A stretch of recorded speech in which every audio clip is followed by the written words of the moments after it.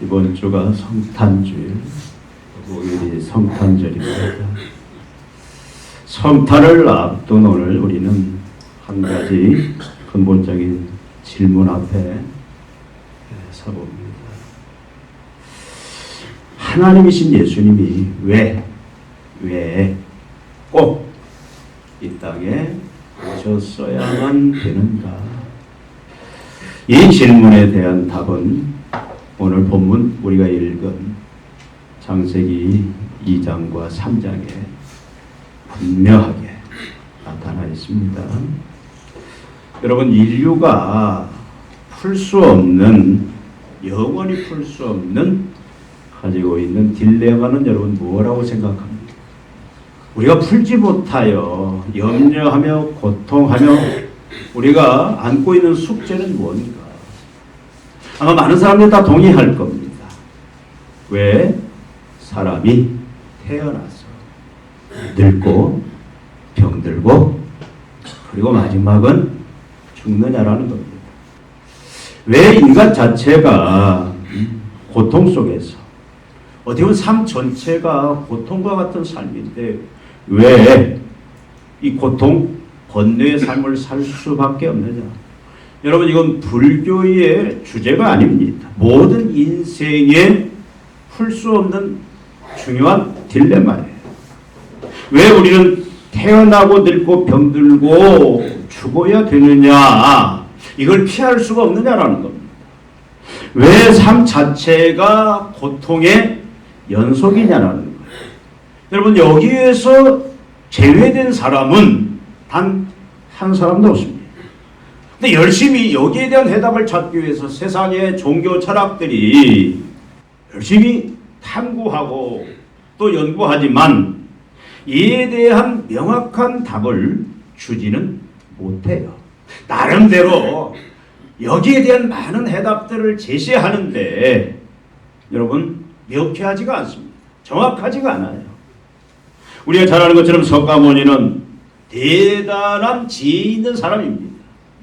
근데 그는 뭐라고 이 원인을 말하냐면 태어남 자체가 고통의 원인이다. 생 자체가 그게 고통의 원인이다라고 말해요. 그래서 태어난 그 자체부터 그 삶이 욕망과 집착에 결국 빠질 수밖에 없어. 그래서 욕망과 집착 때문에 사람들은 끊임없는 번뇌, 고통을 느끼면서 산다라고 이야기하는데 여기에서 벗어난 해결책으로 말하는 게 뭐냐면 존재의 종료로 해결된다. 이거 무슨 말입니까?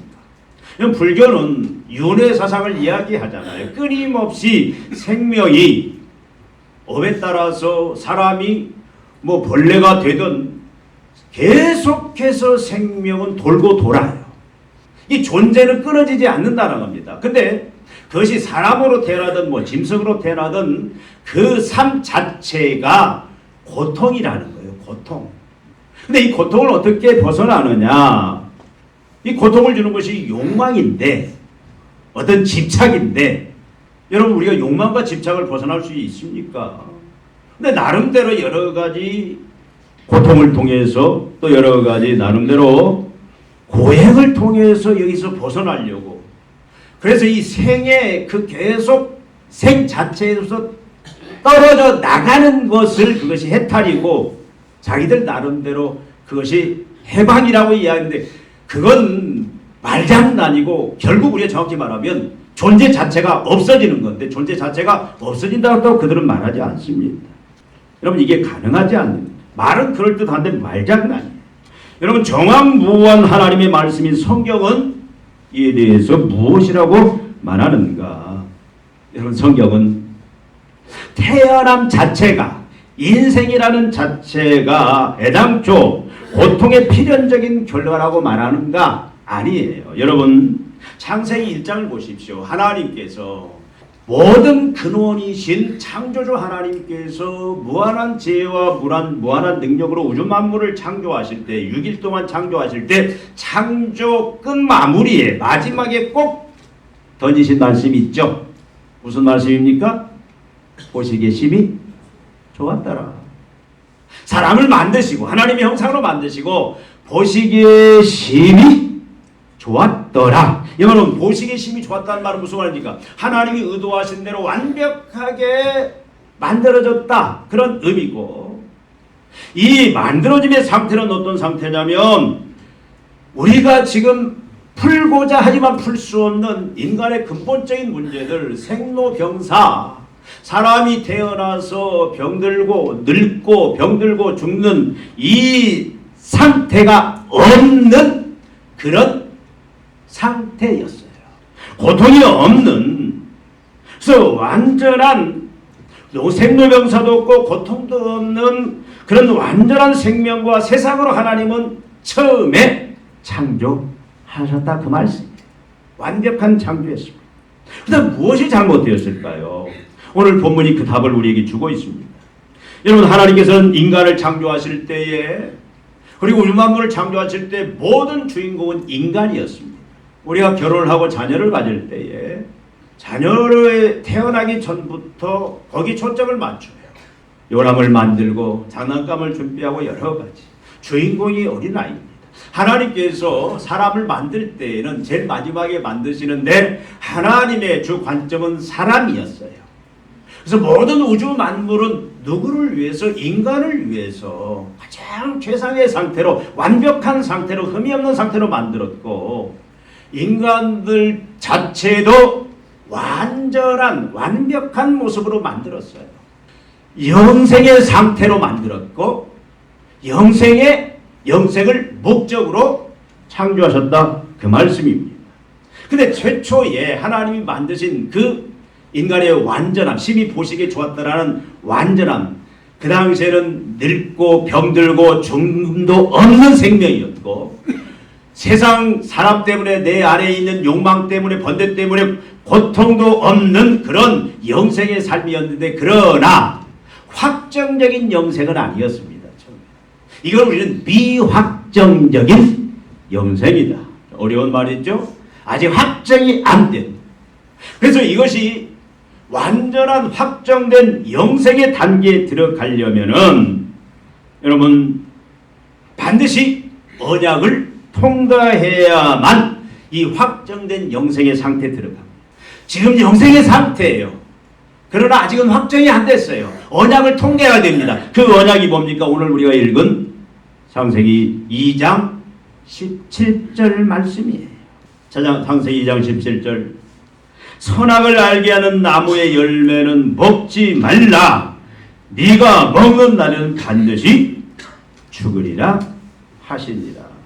여러분, 결론을 말하면 이 언약을 잘 지켰다면, 언약을 통과했다면, 이 선악과를 따먹지 아니했다면, 하나님의 말씀에 온전히 순종했다면, 지금 우리의 딜레마인 생물학적인 죽음도 분명히 없었어요.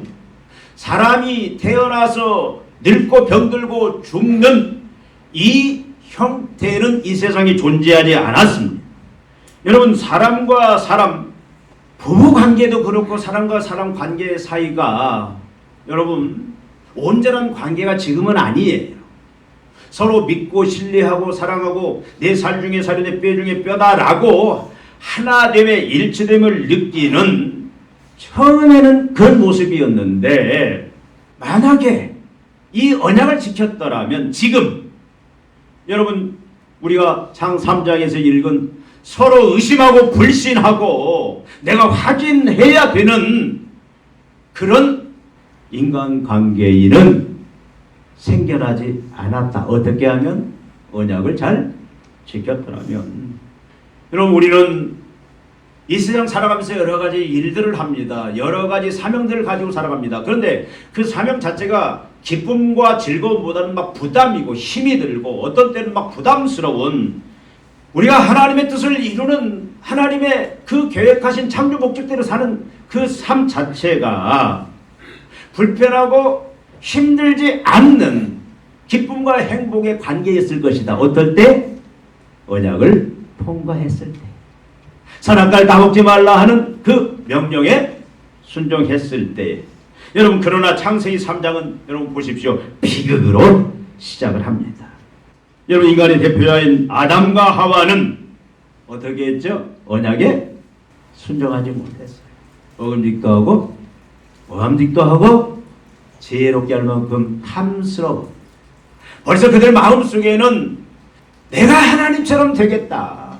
내가 인생의 왕으로서, 인생의 주인으로서 내가 스스로 구원을, 영생을 누리며 살겠다라고 하는 교만, 자기가 하나님처럼 되겠다라고 하는 이 교만이 들어가 버렸어요.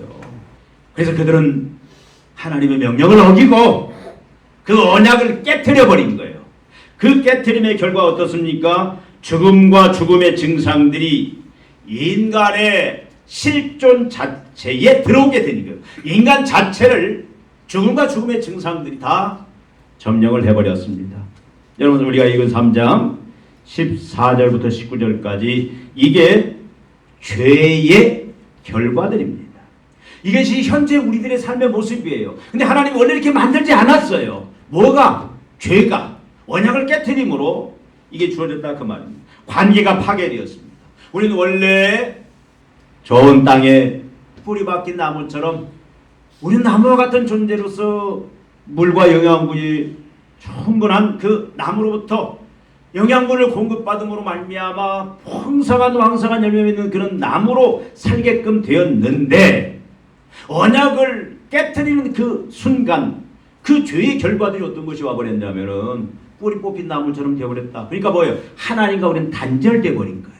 하나님이 생명이고 하나님이 영생인데 모든 부유함과 풍성함 넘침이 하나님에게서 나오는데 이 생명이 단절되어 버렸다. 그래서 하나님과의 관계가 끊어져서 이걸 우리는 뭐 하나님과 원수되었다. 나가서 여러분 말씀 보십시오. 부부관계가 완전히 깨어져 버립니다. 하나님께서는 하와를 만들 때 아담의 갈빗대를 취해서 그를 돕는 배필로 둘이 하나 되어 이제는 하나님의 사명, 땅을 정복하고 다스리는 것과 또 생육하고 번성하는 경건한 하나님의 그런 자녀들을 많이 퍼뜨리는 그 사명을 주셨어요. 둘이 상호 협력 관계에서. 근데 언약을 깨트리는 순간 결국 죄로 말미암아 여러분 말씀에 보면은 참 지금 현재 우리 삶에 고통을 주는 그런 결과들이 되어버렸다 그 말씀입니다. 16절에 보면은 너는 남편을 원하고 남편은 너를 다스릴 것이니라. 여러분 이게 좋은 말이 아니에요. 하와는 남편을 원하고 남편은 너를 다스릴 것이니라. 이 말은 죄의 결과물이에요. 지금 우리가 탄식하면서 고통하는 중요한 현상들입니다. 여러분 처음에 죄가 들어오기 전에 하나님이 아름답게 창조한 그 모습은 뭐냐면 서로 신뢰했어요. 뼈 중에 뼈, 살 중에 살이로다. 의심이 없었어요. 그냥 서로 믿고 서로 사랑하고 둘이 하나 되는 그런 모습이었는데 죄가 들어오고 난 다음부터는 아내는 남편을 원한다는 얘기는 뭐냐면 매일 확인해야 돼요. 간섭해야 돼요. 내가 직접 확인하고 간섭하고 그렇지 않으면 믿을 수가 없는 거예요. 불신관계가 생겨버립니다. 또 남편은 아내를 다스릴 것이라. 이 말은 뭡니까? 좋은 의미의 다스림이 아닙니다. 이게 서로 막 집착이 되니까 남편은 어떻게든 그걸 힘으로 그렇게 못하도록 계속 힘으로 짓누르고 이런 악순환들이 계속되는. 여러분 지금 우리 삶의 인간들의 모습이 그렇지 않습니까? 처음에는 죽고 못 살아 결혼했다가 나중에는 갑자기 어떤 탤런트가 조론이라는 걸 만들어내요. 여러분 서로 신뢰하지를 못해요. 불신합니다. 한번 불신하면 계속해서 확인해야 돼요. 거기서 벗어나려고 계속해서 때로는 말로 속이고 그 다음에 나중에 안 되면 완력으로 그걸 어떻게든 떼내려고 하는 그런 악순환들이 계속 부부관계뿐만 아니라 사람 관계 속에서 되어지는 것이 뭐 때문에 왔느냐? 죄 때문에 왔다라는 거예요. 여러분 나가서 또 뭐가 있습니까? 그렇게 만든 거예요. 창조 질서가 왜곡이 되어버렸잖아요. 땅은 이제 엉겅퀴와 가시덤불을 내버렸어요. 처음에는 아닙니다. 사람이 먹고 사는 것 때문에 걱정할 필요가 없었어요. 항상 과실이 풍성하고 먹는 걱정, 입는 걱정, 타락제는 없었습니다. 그런데 땅이 엉겅퀴로 했다는 얘기는 뭐냐면 여러분 우리 열심히 땅을 기경하고 씨를 뿌리고 농사 짓는다고 해서 그게 농사 우리가 노력한 대로 다 거둬지냐 그 말이 아니에요. 어떤 때는 태풍이 와서 땅 자체 병충해가 와서. 여러분 농사가 항상 성공한다는 보장이 없습니다. 농사뿐만 아니라 여러분 직장에서 여러분 지금 열심히 일하잖아요. 내가 열심히 일한다고 해서 일한 만큼 그 수입이 그 결과가 보장이 되느냐? 아니라는 거예요. 여러 가지 변수가 있습니다. 한 하청업체가 부도가 나면 줄 부도가 나지를 않는다. 내 마음대로 안 되는 거예요. 이게 뭐냐면 결국은 처음에 하나님이 그렇게 만든 건 아니에요. 죄의 결과로 온 거다 그 말씀입니다. 여러분 이제는 노동이라는 것이 처음에는 하나님의 축복이었어요. 일 자체라는 것이 하나님이 이 땅을 창조하신 사명을 이루는 축복이었는데 타락 이후에는 노동이 뭐가 되냐면 이제는 먹고 살기 위한 고통이 되어버린 겁니다. 일이 고통이 되어버렸어요. 또 여인은 어떻게 됩니까? 생명 자체가 참 행복인데 생명을 낳는 것이. 근데 여러분 결국 임신과 출산 자체가 고통이 돼버린 거예요. 해산하는 고통, 이게 다 처음부터 하나님이 그렇게 만든 건 아니에요. 죄가 그렇게 지금 현재 우리 실존의 그 현상들을 이렇게 만들어버렸다 그 말씀입니다. 여러분 또 인간이 죄를 짓고 나자마자 수치와 두려움을 경험하게 됩니다. 하나님이 그렇게 무섭지가 않았어요. 타락 전에. 근데 죄를 짓고 나니까 하나님이 두렵습니다. 부끄러운 거예요. 여러분 우리 살아가면서 여러분 수치와 부끄러움 또 두려움 느끼지 않으면서 사는 사람 있습니까? 부패한 양심이지만 우리 안에 그래도 부패한 양심이지만 양심이 있어요. 그래도 조금만 잘못하도 우리가 스스로 부끄러움과 수치를 느끼는 그나마 이런 흔적들이 있고요. 근데 여러분 수치의 삶이 계속되는 거예요. 우리는 두렵습니다. 항상 우리 마음속에는 아무리 싸움을 잘하든 아니면 최고의 무기를 가지고 있든 사람이라는 것은요 항상 뭐가 있냐? 두려움이 있습니다. 두려움. 그러니까 이 처음부터 하나님이 사람을 만드셨을 때에 죄가 들어오기 전에는 인간에게 수치심이라는 것도 없었어요. 다 떳떳합니다. 사람이 부담스럽지가 않아요. 여러분 죄를 지면 부담스럽잖아요. 우리 인장노님 우리 권사님 싫어하는 뭔가 실수를 했어요. 저는 얼굴 똑바로 못 쳐다. 자꾸 딴 얘기요. 다른 사람 다 그래요. 저도 그래요. 뭔가 잘못을 했으면 말이 많아지고.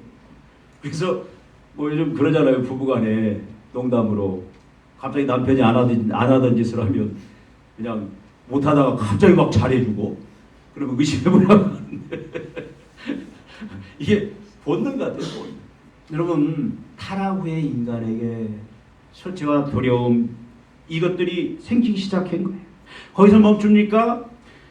흙이니 흙으로 돌아갈지니라. 너는 흙이니 흙으로 돌아갈. 이거 무슨 말합니까? 육체적인 죽음 말. 원래 죽음이라는 건 없었어요. 하나님 만드실 때. 근데 뭐가?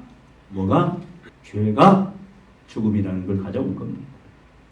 또 영원한 죽음. 죽으면 끝납니까? 아니에요. 마지막 하나님이 결산할 때에 반드시 시작이 있으면 결산이라는 게 모든 게 있잖아요. 마지막 심판 때에 어디? 영원한 지옥에 영원한 그것도 영생의 부활을 해서 영원한 지옥이냐 천국이냐의 마지막 이 지옥의 무서운 심판도 뭐 때문에 왔다?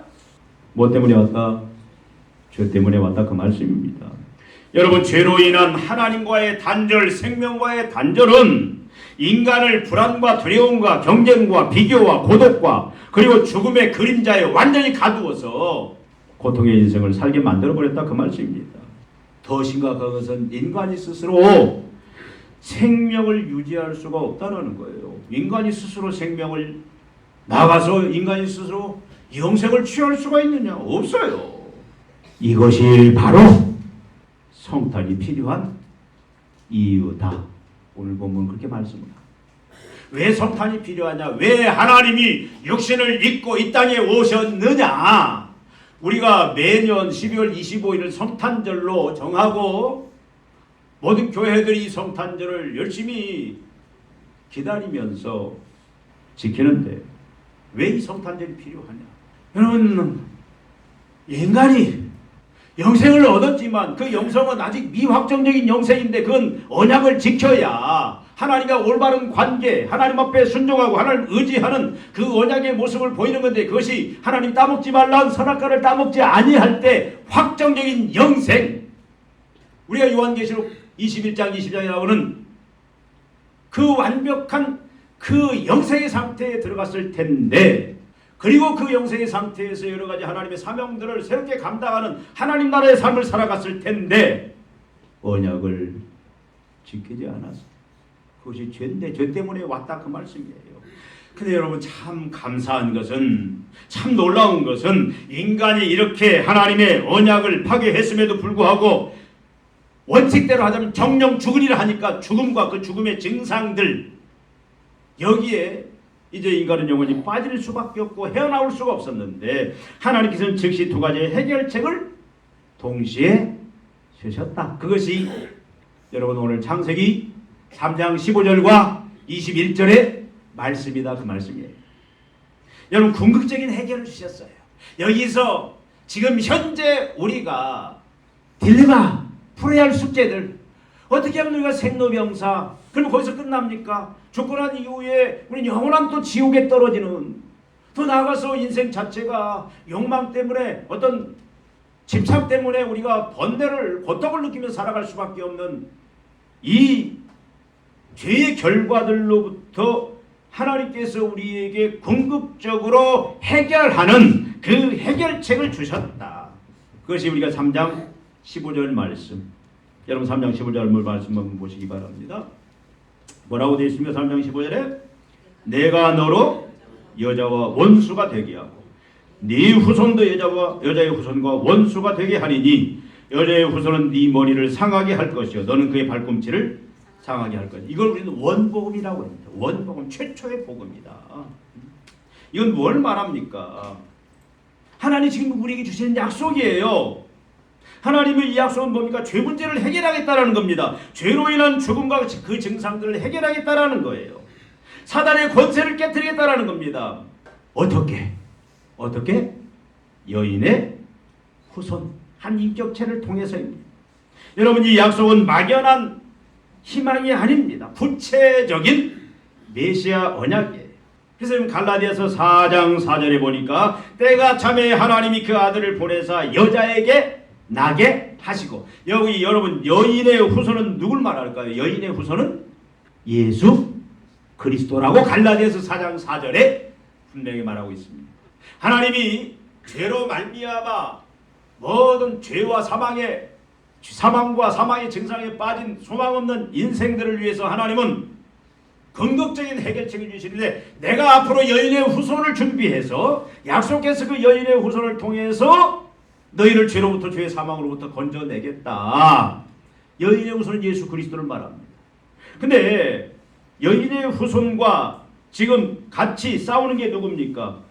원수. 이것은 뭐예요? 사단을 말하고 있어요. 여자의 후손은 네 머리를 상하게 할 것이요 너는 그의 발꿈치를. 사단은 예수님의 발꿈치, 십자가에 죽게 하지만, 그러나 예수님이 궁극적으로 사단의 머리통을 부셔버리고 완전히 죄와 사망을 깨뜨리시고 이 죄로 인한 죽음과 죽음의 증상들로부터 우리를 완전히 회복시켜 주신다. 영생을 주시겠다라는 약속이 3장 15절의 말씀입니다. 그거 보면 3장 21절은 뭘 말합니까? 3장 21절에 하나님께서 어떻게 하십니까? 3장 20절 한번 같이 볼까요? 여호와 하나님이 아담과 그의 아내를 위하여 가죽옷을 지어, 여러분 하나님의 명령을 거역했잖아요. 정령 죽으리라 그냥 죽음에 내버려둬야 돼요.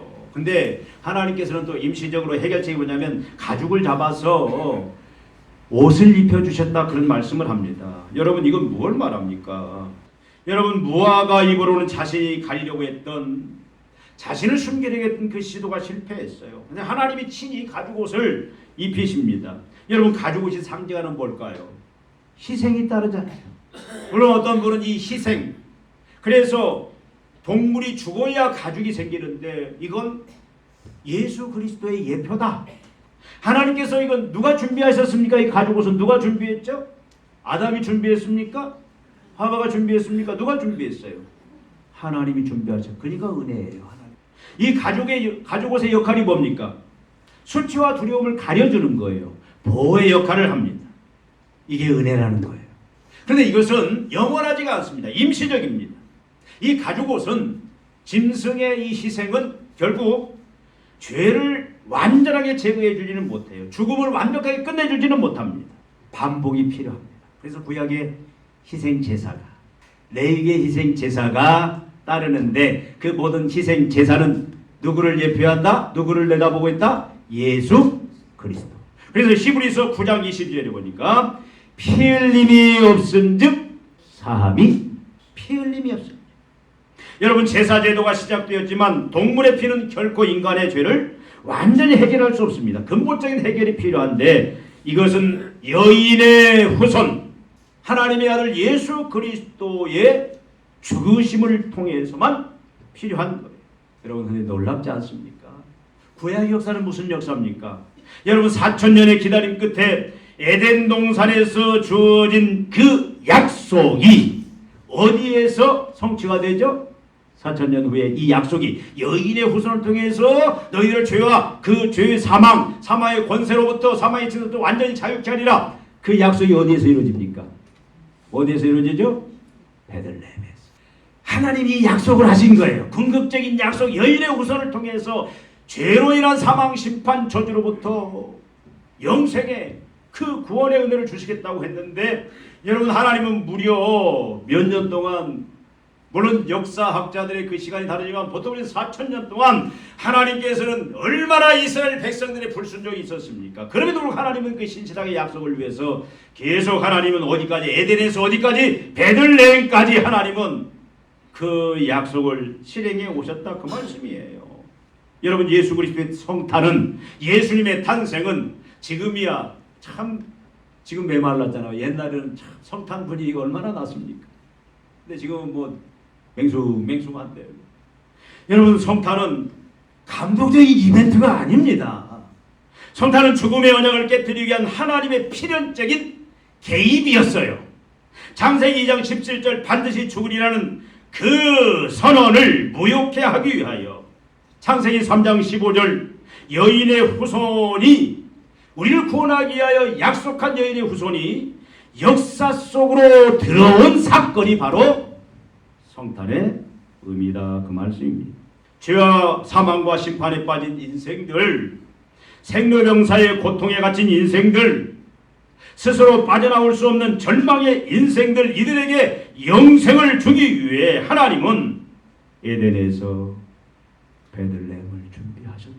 그 약속이 역사 속으로 들어온 사건이 바로 성탄절, 예수님이 베들레헴에 육신을 입고 오심으로 성취되었습니다. 여러분, 성탄은, 이 우리에게 구원을 주는 성탄은 인간의 작품이 아니에요. 사람이 만들어낸 게 아닙니다. 성탄은 에덴에서 도망친 인간들을, 그래서 사망과 심판에 빠진 인생들을 하나님께서 약속하시고 끝까지 추적하여 구원해 내신 은혜의 사건이다. 여러분, 창세기 3장 9절에 인간이 타락하자마자 하나님 뭐라 합니까? 아담아, 네가 어디 있느냐? 추적하십니다. 그리고 누가복음 2장 11절 오늘 다윗의 동네에 너희를 위하여 구주가 나셨다. 베들레헴에 이 여인의 후손이 구원하기 위하여 하나님이 이 그리스도를 보내셨다.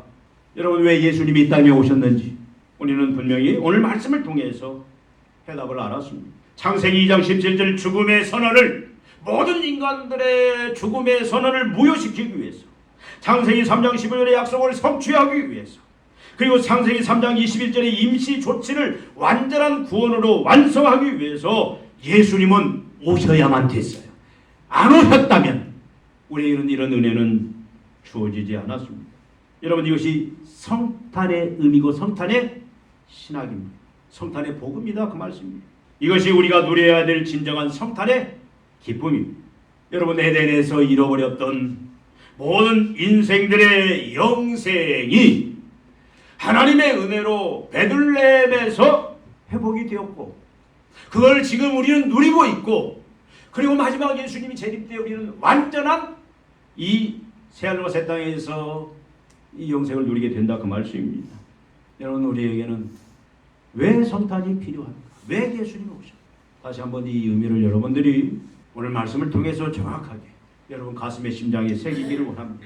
그리고 이 놀라운 회복된 구원, 영생의 그 축복과 기쁨들을 여러분 우리가 충분히 누려야 돼요. 나가서 여러분 이제는 외쳐야 됩니다. 전해야 됩니다. 주님이 우리를 하나님의 약속대로 우리를 저주에서 해방하기 위하여 우리 영생을 주기 위하여 유일의 후손을 보냈고 하나님의 이것은 우리를 사랑하신 추적인데 지금도 하나님은 열심히 구원할 자들을 예수가 필요한 자들을 찾아 계시는데 우리가 그 사명을 맡은 자들입니다. 우리 성탄절이 뭐 해야 되겠습니까? 이벤트 하는 게 아니에요. 우리를 구원하신 그 하나님의 축복들 그 기쁨들을 누릴 뿐만 아니라 교회 밖에 있는 자들 베들레헴에 찾아오셨고 지금 교회를 향해서 지금 찾고 계시는 그 하나님을 못 만난 그 영혼들을 향하여 우리는 전해야 됩니다. 우리의 생로병사 고통의 문제를 해결하신 분이 있다. 완벽하게 해결하시기 위해 하나님이 계획하시고 그것을 이루신 그 하나님의 개입이 성탄절이고 우리는 이 성탄에 참여할 때에 예수님을 우리가 영접할 때 우리는 우리를 찾아오신 하나님의 은혜에 영생의 주인공이 된다. 천국에서 에덴 동산에서 하나님이 직접 여러분을 찾아오셨다. 만나라, 영접하라 외치고 우리는 전하는 자세로 성탄절을 맞이해야 될 줄로 믿습니다. 기도하시겠습니다. 하나님 아버지, 주님이 이 땅에 오신 그 분명한 이유와 목적들을 저희들이 다시 한번 살펴봅니다. 우리가 성탄절을 감상적으로 의례적으로 맞이하는 것이 아니라 하나님의 생명의 말씀을 통해서 왜 성탄이 왜 예수가 이 땅에 오셨는지 저희는 근본적으로 살펴봅니다. 아버지 하나님, 하나님의 큰 궁극적인 해결책이었고 우리를 다시 영생으로 참으로 생로병사가 없고 고통이 없는 완벽한 천국 영생을 누리게 하기 위한 하나님의 계획이었고 하나님의 개입이었고 그로 말미암아 우리가 이제는 영생을 누리는 하나님의 영광된 백성이 되었다. 마지막 재림 때의 새하늘과 새 땅에서 완전한 영생을 누리는 축복받았음을 다시 한번 저희들이 확인하고 감사하며 하나님 날마다 기쁨으로 우리가 성탄절을 보내며 맞이하고 보내며 하나님 세상을 향하여 이 성탄의 메시지를 전하는 저희들 되게 하여 주시옵소서. 예수님의 이름으로 기도하옵나이다. 아멘.